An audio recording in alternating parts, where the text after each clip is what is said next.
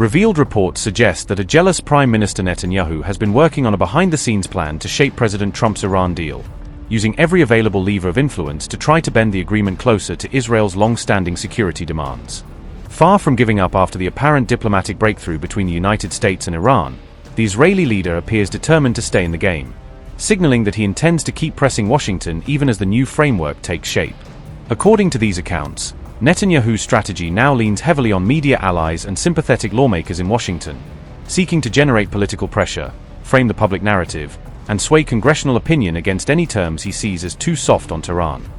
At the same time, Netanyahu has declared that Israel is not bound by the Iran-US memorandum of understanding, drawing firm red lines on Lebanon and making clear that, regardless of the deal, Israel reserves the right to act unilaterally against threats from Hezbollah or Iranian proxies. Israeli Prime Minister Benjamin Netanyahu is reportedly still working to influence the contours of the final US-Iran agreement, determined to shape its outcome even as the framework moves forward. His efforts have continued despite President Donald Trump already signing a memorandum of understanding with Tehran, signaling that the Israeli leader does not view the interim document as the final word on Iran policy. Under the terms of the memorandum, the agreement has triggered a 60-day negotiation window between Washington and Tehran, during which both sides are expected to hammer out a comprehensive final pact. Netanyahu is said to believe that Iran will ultimately refuse to accept meaningful, enforceable limits on its nuclear program, a conviction that fuels his skepticism and his determination to press for tougher conditions. According to coverage by CNN, the Israeli leader is actively trying to shape the debate inside Washington, D.C. over the emerging deal, seeking to influence how American policymakers and the public perceive its risks and benefits. Reports say the Prime Minister is working through conservative media figures and pro-Israel lawmakers in Congress, leveraging long-standing relationships to amplify criticism and raise doubts about the agreement's terms. Prominent pro-Israel podcaster Mark Levin has denounced the deal as a slush fund for reconstruction, arguing that the financial components risk empowering Tehran rather than constraining it. Netanyahu is also expected to lobby friendly senators directly to voice concerns and push for stricter oversight, using Capitol Hill as an additional line of pressure on the Trump administration as negotiations with Iran continue. Republicans angrily condemned President Trump's interim deal with Iran as a mistake, arguing that the pact contains concessions that could embolden Tehran and that the administration moved too quickly without securing ironclad guarantees or congressional oversight. The administration hailed the 14-point memorandum of understanding as a major win, intended to end the 110-day conflict, presenting the agreement as a diplomatic breakthrough that prioritizes de-escalation and the rapid return of stability to a volatile region. Republican Senator Bill Cassidy said, quote, "Reagan is rolling over in his grave. Iran's nuclear ambitions were not curbed, and they have learned that threatening the Strait of Hormuz works and will undoubtedly leverage it in the future. Now, Iran gets to build brand new infrastructure under this deal. Before the war, the strait was open, Iran was being crushed by sanctions, and 13 service members were still alive. Now, 13 Americans are dead, families have paid billions at the pump, sanctions will be lifted, and the bombing has stopped. This is the worst foreign policy blunder in decades," unquote. Trump administration officials emphasized the downblending of enriched uranium as an important safeguard, claiming that converting higher enriched material into forms less suitable for weapons reduces immediate proliferation risks and serves as a verifiable confidence-building measure. But critics counter that Trump's Iran deal accomplished less than the 2015 nuclear agreement negotiated under President Obama, saying the interim pact lacks the long-term, legally binding restrictions and intrusive verification mechanisms that defined the earlier accord. Another prominent Republican, Senator Ted Cruz, described elements of the pact as ill-advised and urged that further details be disclosed and scrutinized, warning that without greater transparency and stronger enforcement measures the agreement could prove dangerous rather than stabilizing. Republican Senator Ted Cruz said, and I quote, "What has been released so far suggests that, unfortunately, the president is getting, I think, very poor advice when it comes to this deal. History teaches that giving billions of dollars to theocratic lunatics who want to murder us is a bad idea," unquote. Although some Republicans who previously backed military strikes on Iran are now shifting to support the peace framework, their changed stance reflects a calculation that a structured agreement could better protect U.S. interests than an open-ended conflict.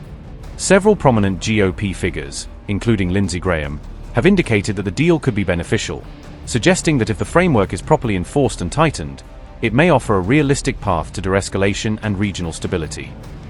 A major point of contention in the agreement remains the section dealing with Lebanon, where unresolved issues about Hezbollah and cross-border attacks have made this track particularly sensitive for both Washington and Jerusalem.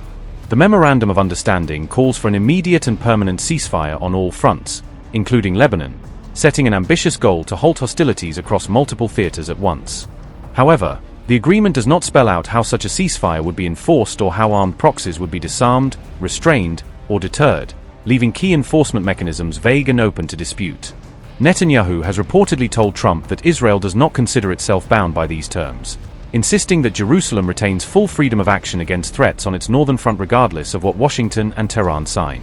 The Israeli Prime Minister has also declared that security zones in Gaza, Lebanon, and Syria will be maintained, signaling that Israel intends to preserve forward defensive positions and deterrent postures despite the new framework.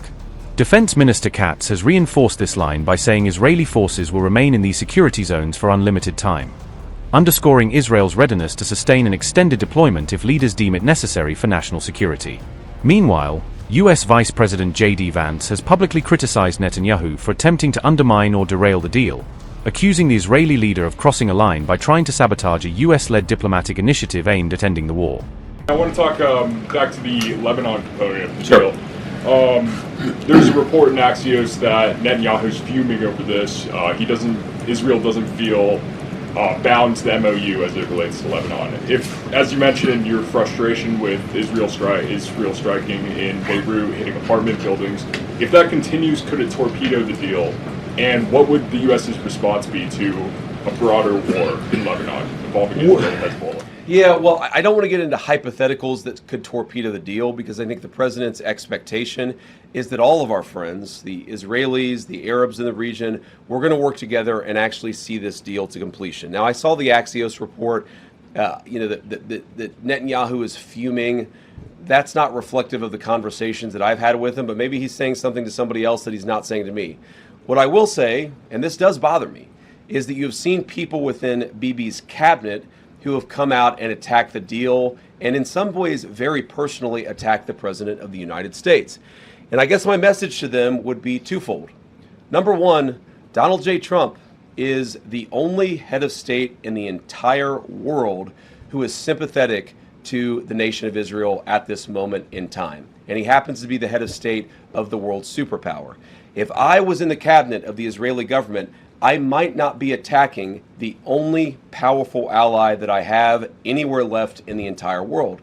And the second message I would give to some of those cabinet members, Bibi, to his credit, has not gone down this path, but to some of these cabinet members in Israel who are attacking the President of the United States, the other thing that I would say is that over the last 3 months, 2/3 of the defensive weapons that have protected your homeland have been built by American hands and paid for by American tax dollars. The problem for Israel is not Donald J. Trump. And anybody in Israel who thinks their biggest problem is the President of the United States needs to wake up and smell the reality of the situation that country is in. Thank you all.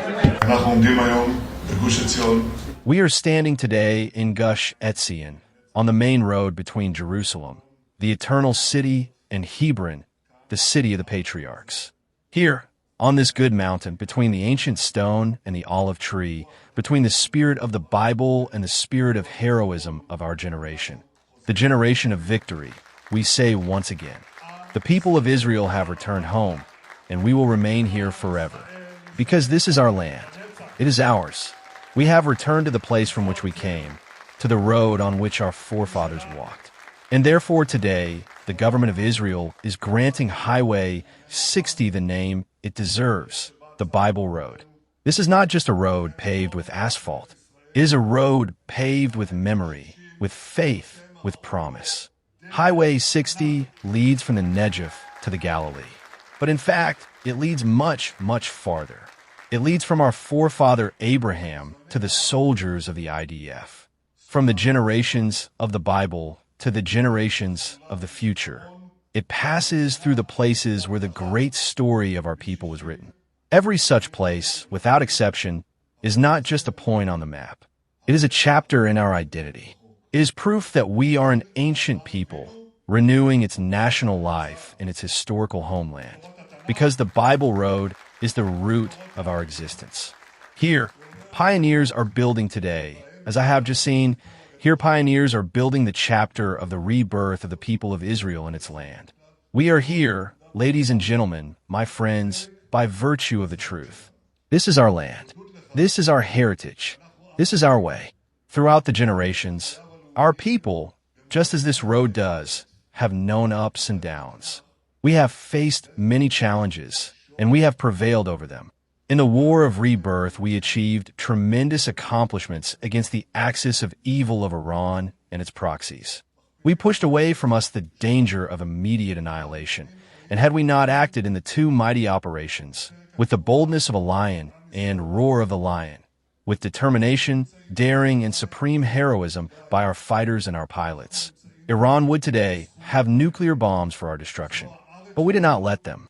At that time, too, we broke the axis of evil, the choke ring that Iran tried to tighten around us. We are gripping Hamas in Gaza, where we hold more than 60% of the territory of the Strip. And in Lebanon, we have pushed the threat of a ground invasion away from our communities and shattered Hezbollah's missile power.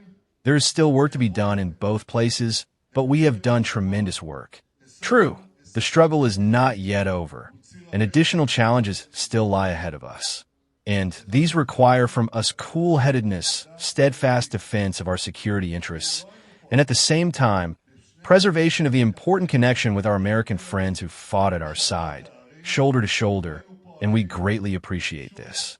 We will continue to steer our path with wisdom and prudence. We will preserve the achievements of the government. We will preserve the achievements of the war. These are the achievements of the entire people of Israel. Just as we restored security and prosperity to the communities around Gaza, so we will restore security and prosperity to the communities of the north. This requires maintaining the security zone in southern Lebanon. This requires that we do not leave there as long as Israel's security needs require it, because that zone separates Hezbollah terrorists from our citizens and our communities. And in a broader perspective, we will continue to adhere to the supreme goal that has guided us and has guided me through most of my adult life. Iran will not have nuclear weapons. And as long as I am Prime Minister of Israel, this will not happen. With unity of purpose, we will guarantee our existence and our future. We will do this with head held high, with firm standing, and with patience.